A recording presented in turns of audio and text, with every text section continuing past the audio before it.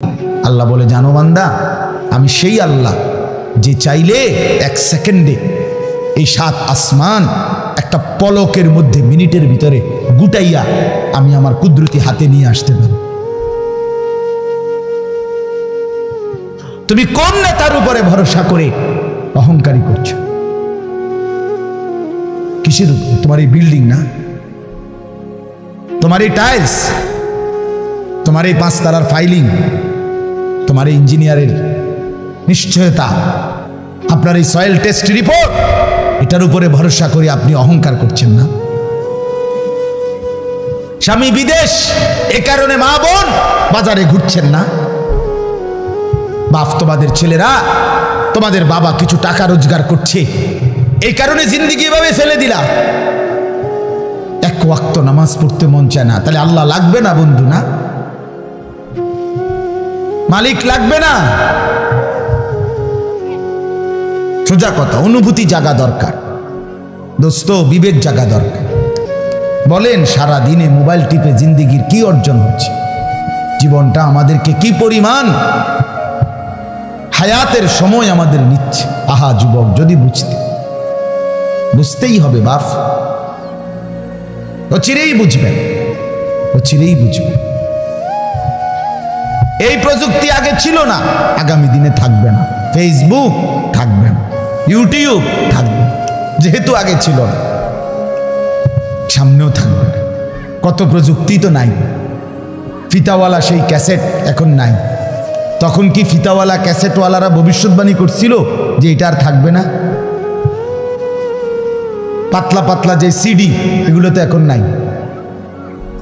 তখন কি ওই সিডিওয়ালারা ভবিষ্যৎবাণী করছিল যে এগুলো থাকবে না? এটাও থাকবে।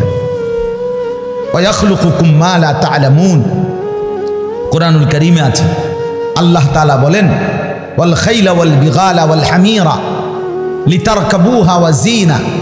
আমি আল্লাহ তাআলা গাধা, ঘোড়া, খচ্চর তোমাদের যানবাহনের জন্য দিয়েছি। মজার কথা হলো, এরপরে আল্লাহ বলছে, এরপরে আমি অচিরেই সামনে আরো অনেক কিছু বানাবো, সৃষ্টি করতে থাকবো যা তোমরা জানো না। মুফাসসিরিনে কেরাম বলে, এই কথাটাই প্রমাণ করে কোরআনের যে পৃথিবীর কোনো আধুনিকতাই এখানে শেষ হবে না, এর চাইতে আবার আগে বাড়বে, আরো সামনে। বুঝেন নাই কথাটা? আধুনিকতা এখানে শেষ, এখানে শেষ। বরঞ্চ ইসরাফিলের ফু পর্যন্ত উৎকর্ষ আধুনিকতা বাড়বে, আরো আসবে, আরো আসবে, আরো আসবে। আর কি হইতে পারে আপনি দেখবেন। আমার তো মনে আছে, প্রথম যেদিন আমারে প্রথম 2-4 বার শুনাইছিল যে মোবাইলের মধ্যে ছবি দেখা যায়, বিদেশ থেকে কথা কইলে যিনি কথা কইতেছে, আমি হাসি দিয়ে উড়ে, দূর বেটা, বেউকুফ বেটা, কি কস না কস। কিন্তু পরে দেখলাম এটা একটা ডাইলবার। এখন তো এটা কোলের বাচ্চাও বোঝে তার আব্বুর ছবি দেখা যাইতেছে বিদেশ থেকে, ঠিক কি না বলে? এটা কি কেউ ভাবছিল তখন? ওয়াখলুকুকুম, আল্লাহ তাআলা বলেন, তাদের জন্য সৃষ্টি করব, ও চিরেই করতে থাকবো। মুজারের সিগা, যেটা ইস্তেমরার বুঝায়, ধারাবাহিকতা বুঝায়। মা লা তা'লামুন, যা তোমরা জানো না, আমি তৈরি করব। ওয়াল্লাহু ইয়ালামু আনতুম লা তা'লামুন, আল্লাহ বলে, আমি জানি তোমরা জানো না। তোমরা জানো মানুষের কোনো আবিষ্কার, এটা মানুষের সত্তাগত আবিষ্কার নয়, বরং আল্লাহর ফয়সালা। এই জন্য আল্লাহ তাআলা যাকে দিয়ে যা করাবেন দুনিয়ায়, তা আল্লাহই করাচ্ছেন। কসম খোদার, এটাই সত্য। এই বন্ধু, বিশ্বাস করো, এটাই সত্য। এজন্য যে ট্রাক বানাইতে পারছে, সে মোবাইল বানাইতে পারবে না। বলে, তুমি এত বড় ট্রাকের মতো একটা এত বড় যন্ত্র মেশিন বানাইছো, একটা গাড়ি বানাইতে পারলে তো এই ছোট্ট মোবাইলটা তুমি বানাইতে পারতা না? সে পারবে না। আল্লাহ তাআলার কুদরত এটা। কোরআনে আল্লাহ বলছেন, নাহনু কাসামনা বাইনাহুম মাঈশাতাহুম ফিল হায়াতিদ দুনিয়া। আল্লাহ বলে, এই দুনিয়ায় আমি রব্বুল আলামিন আমার বান্দাদের মধ্যে কর্ম আমি আল্লাহ নিজে বন্টন করে থাকি। এটা কোরআনের আয়াত। আল্লাহ বলছে আমি বন্টন করি, আমি বন্টন করি, নাইলে কেউর পক্ষে সম্ভব না। আল্লাহ এই প্রখর রৌদ্রের মধ্যে কেউ কাজ করে, প্রচন্ড আগুনের মধ্যে কেউ কাজ করে। সিমেন্ট ফ্যাক্টরিতে গিয়ে দেখেন, রড ফ্যাক্টরিতে গিয়ে দেখেন। আমি একবার চুন ফ্যাক্টরিতে গেছি, চুন বানায় যে, ওইখানে দেখছি ছাতক সিলেট, এই যে মানুষে পানের লগে চুন খায় যে, এটি আল্লাহু আকবার, আমার কাছে মনে হচ্ছে এটা জাহান্নামের টুকরা। আগুন কাকে বলে? এত তীব্র প্রখর আগুন।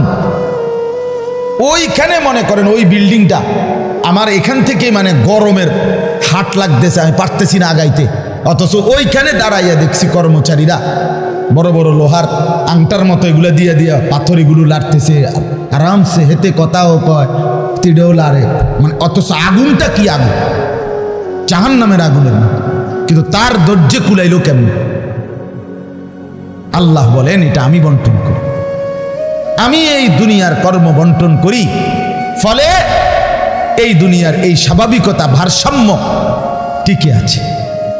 ওয়াজআলুকুম খুলাফা আল আরদ। বন্ধু, আল্লাহ বলছেন আমি আল্লাহ আমার জমিনের মধ্যে তোমাদেরকে আমার প্রতিনিধি হিসাবে বসবাসের ব্যবস্থা করছি, এটা আমি করছি। আপনি শুধু একটা বার বলেন, একটা লোক এখানে এই যারা মনোযোগ দিয়ে শুনতেছেন, আপনি বলেন একজন চেয়ারম্যানকে বলুক, এই চেয়ারম্যান সাহেবরে এনে বসাইয়া, মনে করেন একটা ইউনিয়ন যে আপনার এখানে মোট 4000 ভোটারের ভোটে আপনি নির্বাচিত হয়েছেন, ধরে নিলাম এই 4000 ভোটারের মধ্যে এই ইউনিয়নে মানুষের প্রয়োজনীয় যে কাজগুলো এগুলো আপনি বন্টন করে দিবেন। আপনি যেহেতু জনপ্রতিনিধি, আপনি ভাগ করে দিবেন, রিক্সা চালাইব কয়জন, অটো চালাবে কয়জন, জুতা সেলাই করব কয়জন, চুল কাটবে কয়জন, তরি তরকারি করবে কয়জন, টয়লেট বাথরুম সাফ করবে কেডা কেডা, এটি আপনি লিখে দিবেন। চেয়ারম্যানের বাপ না, চেয়ারম্যানের 14 গোষ্ঠী পারবে এটা মিলাইতে? কথা বলেন না, পারবে এগুলো বন্টন করে দিতে? যারে প্রথম বলবো যে তুমি রিক্সাটা চালাইবা, তে কব কি আমি কি ভোট অর্ধেক নিয়ে দিছি, আপনি প্রথম রিক্সাটাই আমারে দিলেন, আপনি কি কমপক্ষে প্রাইভেট কারটাও দেখলেন না? বলবে কি না বলেন না? সম্ভব? এটা সম্ভব। সুবহানাল্লাহ। নাহনু কাসামনা বাইনাহুম মাঈশাতাহুম ফিল হায়াতিদ দুনিয়া। রব্বুল আলামিন বলেন দুনিয়ার হায়াতে আমার প্রতিটা বান্দার কর্মের বন্টন আমি করে থাকি। ওয়ারাফা'না বা'দাহুম ফাওকা বা'দিন। এরপরে আজীব কথা আল্লাহ বলেন আমি রব্বুল আলামিন আমার বান্দাদের মধ্যে এই দুনিয়ায় একদল আরেক দল, একজন আরেকজনের উপরে মর্যাদাবান করে থাকি। ফলে লিয়াত্তাখিযা বা'দুহুম বা'দান সুখরিয়া, ফলে আমার বান্দারা একে অপর থেকে নিজেদের প্রয়োজনীয় কাজগুলো আদায় করতে পারে। সুবহানাল্লাহ। আল্লাহ বলেন আমি মাথায় ঢুকাইছি, তুই রিক্সা চালা, এই প্যাসেঞ্জার তোর সিটের উপরে বসে, সে বসে থাকবে, তুই চালাবি। আল্লাহ বলেন এটা এই যে একজন দুইজনই মানুষ, এটাও মানুষ ওইটাও মানুষ। এই লোকটা প্রতিটা প্যাডেল মানে রিক্সা ঘুরাচ্ছে, তার ঘাম বাইয়া পড়তেছে, আত্মে বেটা জমিদারের মতো সে এয়াডার মধ্যে ফোমের এয়াডার মধ্যে সিটটার মধ্যে বইয়া মোবাইলে কথা কয়, ঠ্যাং দুইটা আলগি দিয়া, কিরে বেটা কি তারে, তা সে যদি বলতো বেটা প্রয়োজনে ভিক্ষা করে খামু বেটা, তো তোরে এভাবে টাইনতে হবে, নাম বেটা দুজন আটটা যাবো বেটা। কথার কথা, কে তারে বুঝাবে তখন? কিন্তু আল্লাহ তাআলা বলেন আমি আমার এই বান্দাদের মধ্যে বুঝাইছি, একজন ড্রাইভার, একজন প্যাসেঞ্জার, একজন বিক্রেতা, একজন ক্রেতা, একজন সারাটা দিন মেহনত। আহা বন্ধু, আমি তো অনেকবার, আমি ঢাকা যখন পড়ালেখা করছি কত সময় তাকায় দেখছি এই যে গার্মেন্টস মিল ফ্যাক্টরির শ্রমিকরা, ছেলে মেয়েগুলো কি পরিমাণ মানবেতর জিন্দিগি, যারা এই 8 ঘন্টা 10 ঘন্টা ওভার টাইম করে ডিউটি শেষ করে ছোট্ট ছোট্ট খুপড়ির মতো কোন রকম জিন্দিগির জীবনটা তারা কষ্ট করে চালায়, অল্প কয়টা টাকা বেতন পায়, বেতনটার জন্য কত সময় কত আন্দোলন করতে হয় তাদেরকে, এই সামান্য কয়টা টাকা দিয়ে তারা জীবনটা নির্বাহ করে বছরের পর বছর, অথচ তাদের সেই কষ্টের মেহনতের পরিশ্রমের পণ্যটা বিক্রি করে মালিক ও পক্ষ কোটি কোটি টাকার রাজপ্রাসাদে আলিশান বিত্ত বৈভবের মধ্যে উল্লাস করছে। আল্লাহ বলেন, বান্দা এই যে ব্যবধান এটা আমি করছি, এটা আমার ফয়সালা, আমার ইচ্ছা। আমি যাকে মন চাই ধনী বানাই, আমি যাকে মন চাই গরিব বানাই, আমি যাকে মন চাই সম্পদের প্রাচুর্য বাড়িয়ে দেই, আমি যাকে মন চাই সম্পদ কমিয়ে দেই। আমার বান্দা, এটা তোমার দুনিয়াবি কোনো শিক্ষা, দুনিয়াবি কোনো যোগ্যতা, শারীরিক কোনো দক্ষতা, তোমার মেধার কোনো বিচক্ষণতা নয়, কসম আল্লাহর নয়। যুবক, প্রতারিত হইও না বন্ধু, প্রতারিত হইও না। তোমার মতো সুখী সচ্ছল ছিল, বাবার সম্পদ ছিল, চাকরি ছিল, বাবা বিদেশ ছিল, এরকম হাজারো সন্তান আজকে উদ্বাস্তু শরণার্থী শিবিরে, শরণার্থীর মতো মানবেতর জীবন ফিলিস্তিনে, রোহিঙ্গাতে, সিরিয়াতে, ইরাকে মুসলমানের লক্ষ কোটি সন্তান রোহিঙ্গার আরে শরণার্থী উদ্বাস্তু হিসাবে মানবেতর জীবন যাপন করছে। এদেরও ফ্যামিলি ছিল, এদেরও মা ছিল, এদেরও বাবা ছিল, এদেরও ব্যাংক ব্যালেন্স ছিল, এদেরও হাস্যোজ্জ্বল চেহারা ছিল, বরং আমাদের চাইতে আরবের মানুষের চেহারা লক্ষ কোটি গুণ বেশি সুন্দর। বন্ধু আমার, কি রঙে, আমার কথা শেষ, আমি বেশি আর বাড়াবো না। কি পাইয়া আজকে আমাদের সন্তানদের হালাত আমি বুঝি না।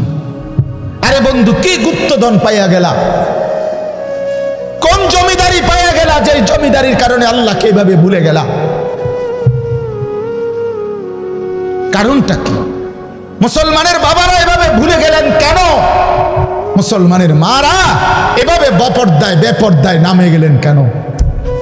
মুসলমানের বোনেরা এইভাবে অসভ্যতায় নেমে গেল কেন? হায়া কোথায়, লজ্জা কোথায়, শরম কোথায়? আল্লাহকে এভাবে ভুলে গেলেন কেন?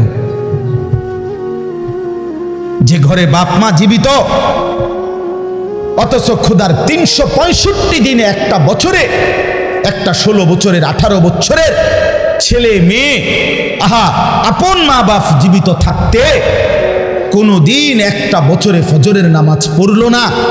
এত বড় জানোয়ার মুসলমানের ঘরে ঘুমায় কেন বলেন? এত বড় অসভ্য এক মুসলমান বাবা মা এই সময় এত বড় নাফরমান নিয়ে এই ঘরে জীবন চলছে কেন? কারণটা কি? আল্লাহকে এভাবে ছেড়ে দিলেন কেন? আখেরাত এভাবে ভুলে গেলেন কেন? কি ব্যাপারটা কি? হ্যাঁ, এই পৃথিবীর চারদিকে চতুর্দিকে যদি মুসলমান মজলুম হয়, নির্যাতিত হয়, তা আমরা কি মাটির মধ্যে না, নাকি আমরা চাঁদের দেশে? আমরা মাটিতে থাকি না উপরে থাকি? তো তো এই জন্য যুবক ভাই, নষ্ট হইও না বাপ, নষ্ট হইও না। এই বন্ধুর কথা মনে রাখো, আমরা মূর্খ না। আলহামদুলিল্লাহ, পড়ালেখা আমরাও করছি, জেনারেল লাইনেও পড়ালেখা করছি, মাদ্রাসার লাইনেও পড়ালেখা করছি। শতভাগ আস্থা নিয়েই বলতেছি, বুঝ নিয়েই বলতেছি। আমি কুমিল্লা ভিক্টোরিয়া কলেজ থেকে মাস্টার্স পাস করছি, আলহামদুলিল্লাহ। সরকারি আলিয়া মাদ্রাসা থেকে টাইটেল কামিল পাস করছি, কৌমি মাদ্রাসা থেকে দাওরায় হাদিস পাস করছি। কাজে বুঝেই কইতেছি, বুঝেই বলতেছি। ইংরেজিও পুরা পড়ছি, আরবিও পুরা পড়ছি। এই জন্য বিজ্ঞান সায়েন্স বিভাগ থেকে দাখিল পাস করছি, এসএসসি। আমি বন্ধু বুঝাইতে চাচ্ছি এই কথাটা অহংকারের জন্য বা ফুটাঙ্গিরির জন্য না, এই বাস্তবতাটা বুঝানো। এই দুনিয়ার এই সবটা মিলাইয়া আজকে যে কয়জন অভিভাবক আছেন অথবা যে কয়জন যুবক ভাই আছেন, দোস্ত, আমরা আল্লাহর সাথে বেশি বাড়াবাড়ি করছি, আমরা আল্লাহর সাথে বেশি তুচ্ছ অবজ্ঞা করছি। আমরা জানি না আমাদের শেষ পরিণতি কি। ওমা কাদারুল্লাহ হাক্কা কদরি, আল্লাহ বলছে বান্দা তোমরা আমাকে যথোপযুক্ত কদর করলা না।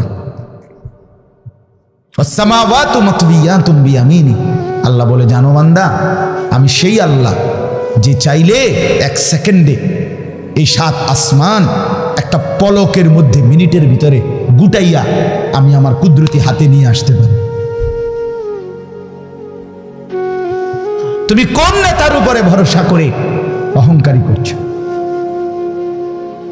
কিসের উপরে? তোমার এই বিল্ডিং না,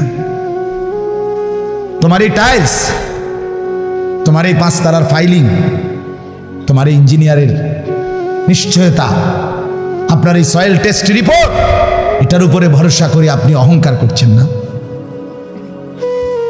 স্বামী বিদেশ, এ কারণে মা বোন বাজারে ঘুরছেন না?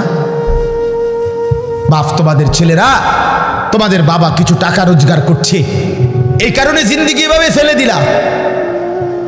এক ওয়াক্ত নামাজ পড়তে মন চায় না, তাহলে আল্লাহ লাগবে না বন্ধু? না, মালিক লাগবে না? আল্লাহকে লাগবে না? তাই আজকে যারা এশার নামাজ পড়ো নাই, কেন পড়লা না? এই হাইওয়ান পড়লা না কেন?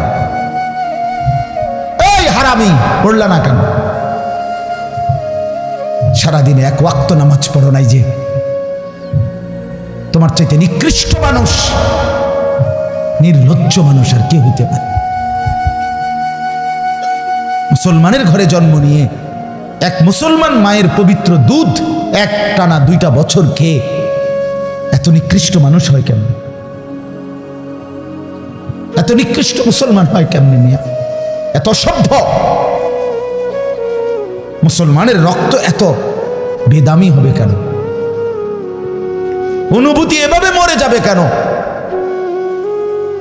এই জন্য আমি আপনাদের সামনে কোরআনুল কারীমের যে আয়াতটা পড়ছি, সূরা আলে ইমরানের 102 নম্বর আয়াত, আল্লাহ তাআলা বলছেন ইয়া আইয়ুহাল্লাযীনা আমানুত্তাকুল্লাহা হাক্কা তুকাতিহ, হে ঈমানদারগণ, হে মুসলমানরা, মুমিনরা, তোমরা আমার, আল্লাহ বলছে 89 বার কোরআনুল কারীমের মধ্যে আল্লাহ তাআলা, একবার 2 বার না দোস্ত, হে ঈমানদারগণ, হে আমার মুমিন বান্দা, এই কথা বলে আল্লাহ 89, 8, 9, 89 বার আল্লাহ কোরআনে ডাক দিয়েছেন। বলছে তুমি আমার বান্দা, তুমি মুমিন, তোমারে আমি জান্নাত দেব। বান্দা তোমারে আমি জান্নাত দিতে চাই, বিশ্বাস করো তোমার জন্যই জান্নাত, কোনো বেঈমানের জন্য জান্নাত না। ঈমানবিহীন কেউ জান্নাতে যাবে না। পৃথিবীর সমস্ত ভালো কাজ যদি কোনো বেঈমান করে তবুও সে জান্নাতি হবে।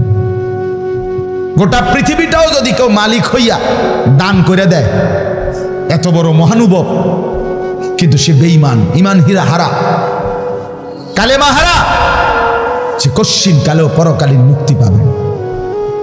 ঈমান এইসা সম্পদ, ঈমান এতনা দামি জিনিস, এতটা দামি সম্পদ। ঈমানবিহীন গোটা পৃথিবীর কিছুরই কোনো মূল্য নেই। তো আল্লাহ বলে সেই ঈমান আমি তোমাকে দিয়েছি বান্দা, আমি গ্রহণ করছি।